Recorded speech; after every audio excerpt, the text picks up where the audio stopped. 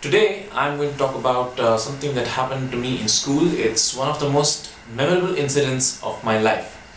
In the 11th standard, I failed my maths half-yearly exam. I got a 48 out of 100 and on the paper it said 52 out of 100. But my vice principal, who was my maths teacher, called me to his desk and he said, "Nishant, you actually had a 48, but since your record has been generally decent, I didn't want you to have an F mark on your report card, so I gave you a 52. Then he looks at me very seriously and he says, "Now tell me something. What am I going to tell your mother?" And I look back at him and I say, "Sir, what am I going to tell my mother?" Now here's some background. My brother, who was 3 years my senior, was an A student. He was really good at maths and he got through IIT and he got the best marks possible. My mother was really ambitious for him and me.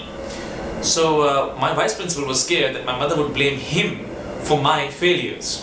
So then he asked me, if you want to get through IIT, what are you going to do? Because you can't do it with a 48 in maths. And I say, "Sir, I don't want to get through IIT.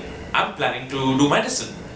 You should have seen the relief on his face. He was just so thrilled. He says, "Then it's fine, just go to the 12th standard and get at least 33 marks and pass your maths and just, get done with that so you can move on to what you really want to do." But I felt really guilty about having failed in maths, and so I went for my failure classes. There were these classes that were there for on after school hours for failure students, and I went there and I sat down, opened my maths textbook, and the vice principal comes in and he says, "Nishant, have you read The Social Contract by Rousseau?" And I say, "No, sir." Then he puts the book down on my table and he says, "Read it. I've marked the important paragraphs for you." And then he looks at the rest of the class and he says, "The rest of you, solve this sum." And he writes a differential equation on the blackboard. The first line of The Social Contract is a very famous one and he had highlighted it. It says, "All men are born equal, but everywhere they are in chains." And that was the first time I received an unconventional education during my conventional education.